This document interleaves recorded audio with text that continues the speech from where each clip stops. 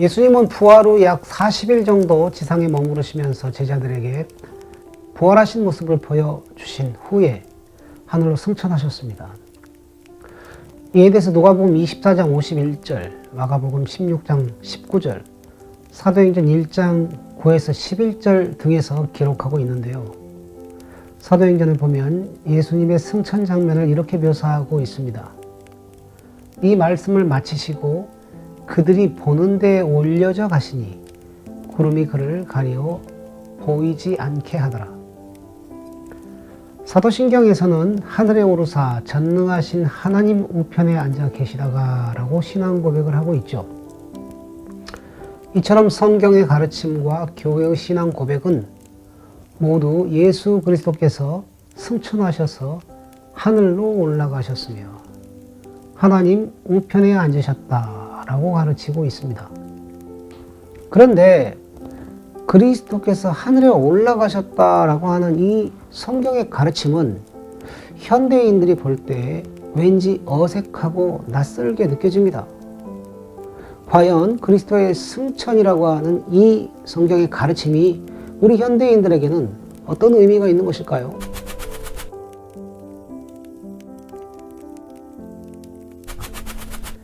예수님께서 하늘에 오르셔서 하나님의 보좌 우편에 앉으셨다는 표현은 신약 성경 여러 곳에서 찾아볼 수 있습니다. 스데반은 순교 순간에 예수님께서 하나님 우편에 서 계신 것을 보았다라고 이렇게 기록하고 있고요. 사도 바울은 로마서 8장 34절, 골로새서 3장 1절에서 이와 비슷하게 말하고 있습니다. 히브리서에서는 4번이나 그리스도가 하나님 우편에 앉으셨다고 기록하고 있고 베드로전서 3장 22절에서도 같은 기록을 하고 있습니다. 이러한 기록들은 예수님이 승천하셔서 하나님 보좌 우편으로 오르셨다고 말하고 있습니다. 예수님은 승천, 즉 하늘로 오르셨습니다. 예수님이 오르신 하늘은 스카이가 아니고 헤븐입니다. 즉 예수님은 대기권 밖으로 나가셨다는 뜻이 아니라 땅에서 초월적 영역에 들어가셨다는 뜻입니다. 성경시대의 우주관에서 하늘, 헤븐은 여러 겹의 하늘 중 최상층의 하늘, 즉 하나님이 계신 하늘을 가리키는 말입니다. 아마도 바울이 고린도후서 12장에서 말한 3층 천이 아닐까 생각해 봅니다. 하늘은 하나님의 보좌가 있고 하나님께서 그곳에 앉으셔서 온 우주를 통치하고 계십니다. 그래서 하늘은 땅의 통제소입니다. 예수 그리스도께서는 승천하셔서 바로 이 땅의 통제소로 올라가신 것입니다. 그런 다음 하나님의 보좌 우편에 앉으셨습니다. 이것이 의미하는 바는 무엇일까요? 예수님께서 하나님과 공동 통치자가 되셨다는 뜻입니다. 다른 말로 예수님이 하나님과 대등한 수준의 통치자가 되셨다는 뜻입니다. 이것은 옛날 우리나라 왕세자나 왕세손이 임금 곁에서 대리청정하는 것과 비슷하다고 할 수 있을 것입니다. 예수님은 땅에서 하늘로 올라가신 후에 하나님 우편에 앉으셔서 온 세상을 통치하시는 왕이 되셨다는 말입니다. 그런데 바로 이것이 예수님의 승천이 가리키는 진짜 의미입니다. 초대교회는 바로 이 승천에 기초해서 예수님을 주 퀴리오스라고 불렀습니다. 빌립보서 2장의 그리스도 찬가에서는 그리스도의 승천을 이렇게 찬양하고 있습니다. 이러므로 하나님이 그를 지극히 높여 모든 이름 위에 뛰어난 이름을 주사 하늘에 있는 자들과 땅에 있는 자들과 땅 아래에 있는 자들로 모든 무릎을 예수의 이름에 꿇게 하시고 모든 입으로 예수 그리스도를 주라 시인하여 하나님 아버지께 영광을 돌리게 하셨느니라. 이 찬가는 하나님에 의해 예수 그리스도가 지극히 높임을 받게 된 것, 그리고 모든 이름 위에 뛰어난 이름을 갖는 것, 만유를 다스릴 수 있는 자격을 갖추게 된 것을 노래하고 있는데 바로 이것이 예수님의 승천이 갖는 의미입니다.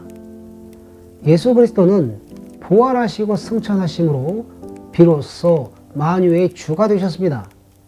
그래서 승천, ascension이라는 말은 승귀, exaltation이라는 말과 쌍으로 같이 쓰입니다. 즉 예수 그리스도께서 승천하셨다는 말은 장소의 이동이 초점이 아닙니다.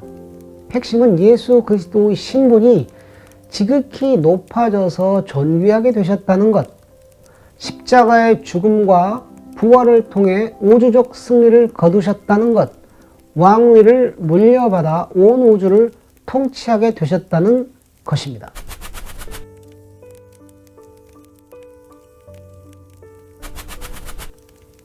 예수님께서 승천하셨다는 신앙 고백은 예수님이 제자들을 이 땅에 남겨놓고 멀리 떠나가 버리셨다는 그런 가르침이 아닙니다. 초대교회 성도들은 예수님의 승천, 승귀의 신앙을 굉장히 역동적으로 이해했습니다.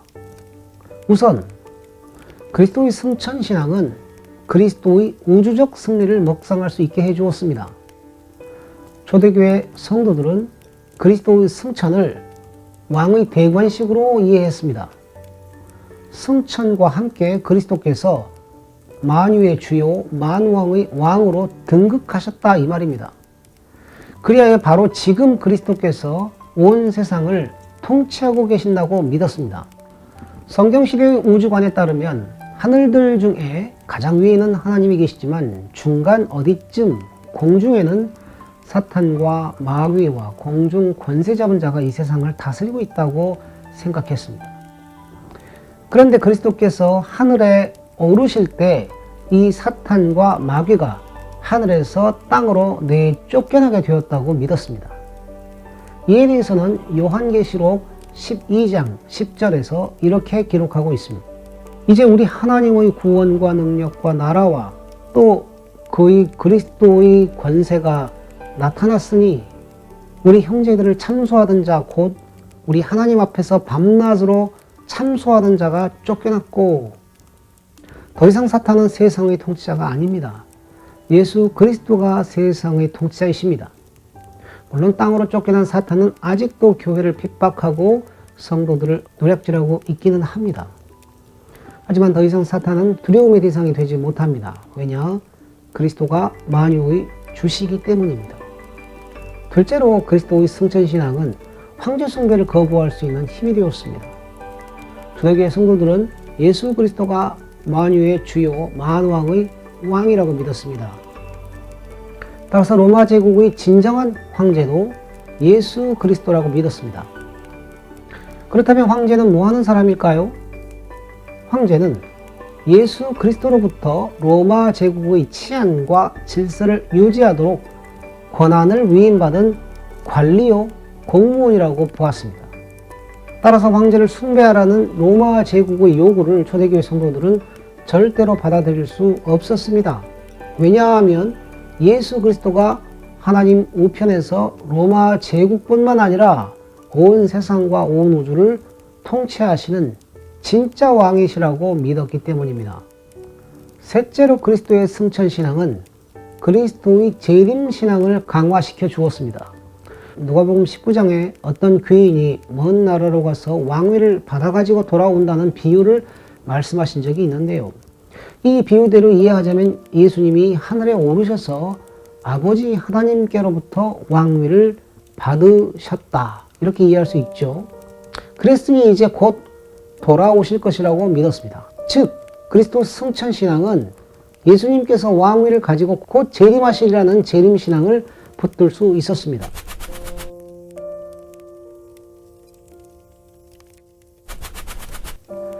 예수 그리스도께서 부활 승천하셔서 하나님 우편에 앉으셨다는 신앙은 초대교회 성도들의 일상의 삶의 영역에도 영향을 미쳤습니다. 그리스도께서 승천하셔서 하나님 우편에 앉으사 만유의 주가 되셨으니 온 세상은 마땅히 그리스도 통치를 받들어야 한다고 믿었습니다. 먼저 개인의 차원에서 그리스도의 통치를 받들어야 합니다. 보혜사 성령은 하늘에서 통치하시는 그리스도를 대신하여 이 땅에서 그리스도의 통치를 수행하는 분이십니다. 성령을 받은 각 개별 성도는 마땅히 자신의 삶의 영역에서 그리스도의 통치를 받들어야 합니다. 성도들이 삶의 자리에서 그리스도의 통치를 받들 때 나타나는 결과 중 하나는 성령의 열매입니다. 둘째, 개인적 차원 외에 그리스도의 통치는 교회적 차원에서 구현되어야 합니다. 예수 그리스도는 만유의 주시지만 특별히 교회의 머리십니다. 온 세상이 그리스도의 통치 하에 있으나 이를 모르는 이들이 태반입니다. 하지만 교회는 다릅니다. 교회는 그리스도의 통치를 받을 뿐만 아니라 이를 알고 있습니다. 온 몸이 머리의 지배를 받듯이 교회는 그리스도의 지배를 받는 공동체입니다. 그래서 교회는 그리스도의 몸입니다. 교회는 그리스도의 집단 인격이고 대리자입니다. 그런 점에서 교회는 그리스도의 제 성육신입니다. 예수님이 이 땅에 계셨으면 할 법한 말과 행동을 교회가 해야 합니다. 교회는 예수님이 이 땅에 계셨으면 가셨을 법한 곳으로 가야 하고, 친구가 되셨을 법한 자들과 친구가 되고, 하셨을 법한 말과 행동을 통해 세상을 섬기는 그리스도의 대리자입니다. 그리스도의 몸의 지체들인 각 성도들은 자신이 받은 은사를 활용하여 교회의 이러한 사역에 참여해야 합니다. 나아가 그리스도의 통치는 성도들을 통해서 교회 밖의 영역에도 실현되게 됩니다. 성도는 자신의 가정과 일터에서 그리스도의 통치를 받들어야 합니다. 이것이 에베소서와 골로새서 등 신약 성경에 나오는 가정교범의 의미입니다. 성도들은 자신의 가정에서 그리스도의 통치를 드러내야 하고 일터에서도 그리스도의 다스림을 구현해야 합니다. 그리스도가 모든 것을 다스립니다. 따라서 이제 성도가 하는 모든 일은 다 그리스도의 일이 됩니다. 고린도전서 15장 부활장의 마지막 절에서 바울은 그러므로 내 사랑하는 형제들아 견실하며 흔들리지 말며 항상 주의 일에 더욱 힘쓰는 자들이 되라고 했습니다. 여기서 주의 일은 교회 일만을 말하는 것이 아닙니다. 우리가 이 땅에 사는 모든 일이 다 주의 일이 될 수 있습니다.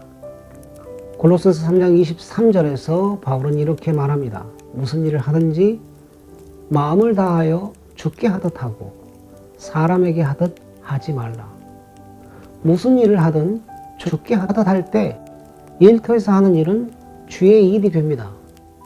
우리가 먹든지 마시든지 무엇을 하든지 다 하나님의 영광을 위해서 할 때 그 모든 일은 주의 일이 됩니다. 모든 일은 주의 일입니다.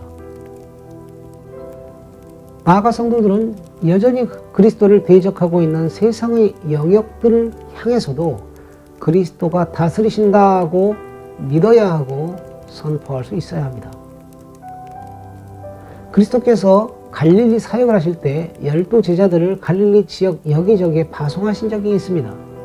제자들이 평안을 빌고 병을 고치고 하나님 나라 복음을 선포할 때 이를 거부한 이들이 있었습니다. 예수님은 그들을 향해 발에 먼지를 떨어버리라고 하시면서 그러나 하나님의 나라가 가까이 온 줄 알라고 선포하라고 하셨습니다. 이 말씀은 무슨 뜻이냐?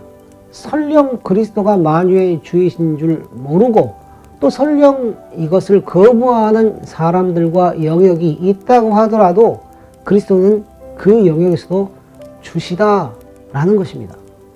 그리스도의 승천이라는 신앙의 눈으로 볼 때 온 세상 곧 의회, 회사, 학교, 가정, 연구소, 카페, 병원, 거리 등 모든 곳이 그리스도의 통치를 받는다는 사실을 알 수 있습니다.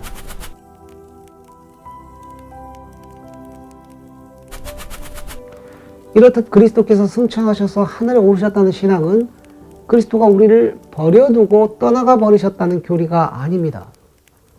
그리스도께서 하늘로 승천하셔서 하나님 우편에 앉아 계시다는 것은 만유의 주, 만왕의 왕이 되셔서 우리의 모든 삶의 영역의 통치자가 되신다는 뜻입니다. 그리고 우리가 어디로 가든지 우리와 함께 임마누엘로 동행하시며 우리가 하는 모든 일과 모든 활동의 궁극적 의미와 목적이 되신다 이런 뜻입니다. 하나님 우편에 앉으신 그리스도는 바로 지금 여기서 우리를 다스리고 계십니다.